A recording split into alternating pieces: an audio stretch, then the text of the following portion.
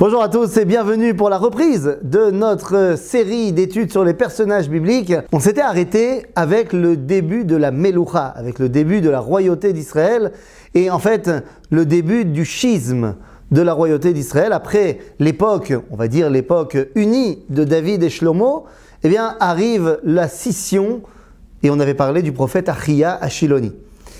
De ce fait, il y a maintenant deux royaumes. Un royaume au nord et un royaume au sud. Le royaume du nord s'appelle le royaume d'Israël, le royaume au sud s'appelle Yehuda. Et nous allons nous concentrer sur la personnalité qui va être l'une des plus marquantes du royaume d'Israël. C'est un personnage que tout le monde connaît.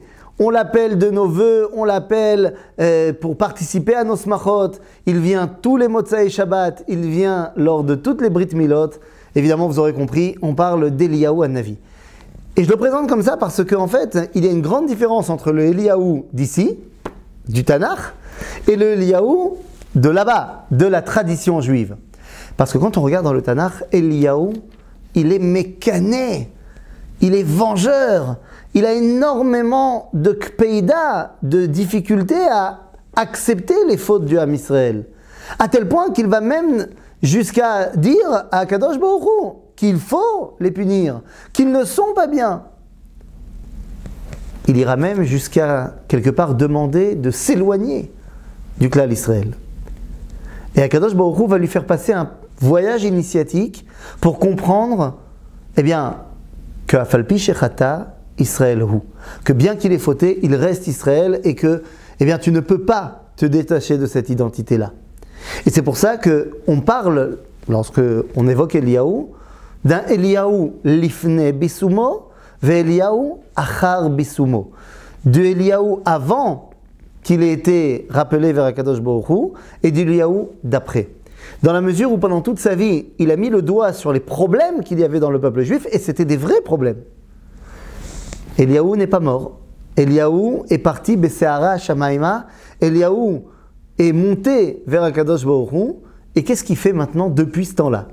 Eh bien, depuis ce temps-là, tous les Motsei Shabbat, nous disent nos sages, il écrit les mérites du peuple juif. Quels ont été les mérites du clan d'Israël cette semaine? Pendant toute sa vie tanachique, il a montré là où ça allait pas dans la vie du peuple juif. Pendant toute sa vie après le Tanakh, jusqu'à aujourd'hui, il montre là où le peuple juif est extraordinaire. Et nous voulons lui rendre l'appareil. Lorsque nous avons un enfant, un garçon, et que nous allons le faire rentrer dans l'identité d'Israël, eh bien, nous appelons Eliyahu. Pourquoi nous appelons Eliyahu? Pour lui dire, regarde, là où tu as montré tes remontrances et tu as dit qu'on était en train de nous éloigner complètement de notre identité, eh bien voilà, on fait rentrer un nouveau juif dans l'identité d'Israël. Sois-en le témoin. Eliyahu, eh bien, c'est tout simplement donc celui qui, après avoir dit ces 4 vérités au peuple juif, dit ces 8 vérités à Akadosh Baruch Hu en disant regarde en fait ce Ham Israël comment il est extraordinaire.